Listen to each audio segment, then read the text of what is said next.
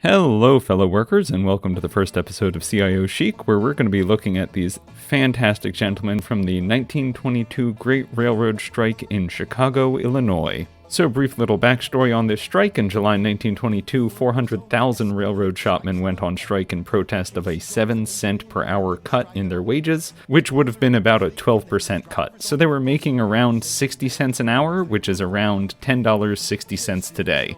But let's look at what they were wearing. So starting from the bottom, you got a mix of mostly boots and shoes, all look to be leather.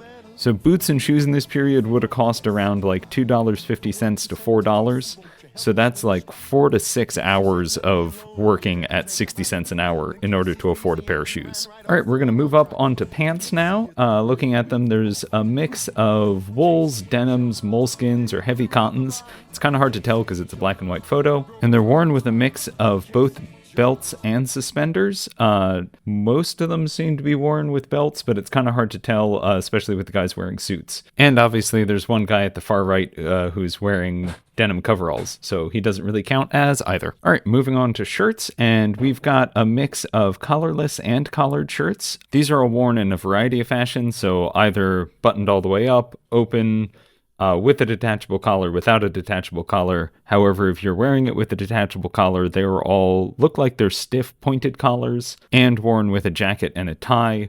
None of this nonsense with wearing detachable collars without neckwear. That's just a pet peeve of mine that Peaky Blinders has made it look like freaking everyone did that when you don't see it that much in actual period photographs. The collared work shirts all seem to have a chin strap collar, and they all also appear to be tunic shirts, so they don't button down all of the way.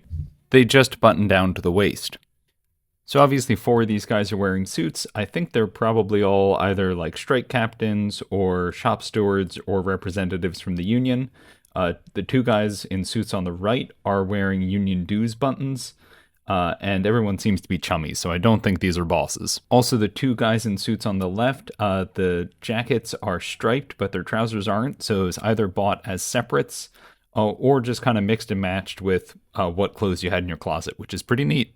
And I'm going to do a short video about dues buttons at a later date, so stay tuned for that. And finally, onto hats, we've got a mix of soft caps, wool fur felt hats, straw boater hats, and engineer's caps. Kind of a mishmash of everything in here, which I friggin' love. Anyway, that was a very, very brief description of what these sexy bastards are wearing. If you enjoyed this content, give us a like or a follow or whatever. You can also check out my podcast called Labor Jawn. Also going to share a link to my notes for this that go into more detail if you want even more information. And solidarity, and stop dressing like the bosses.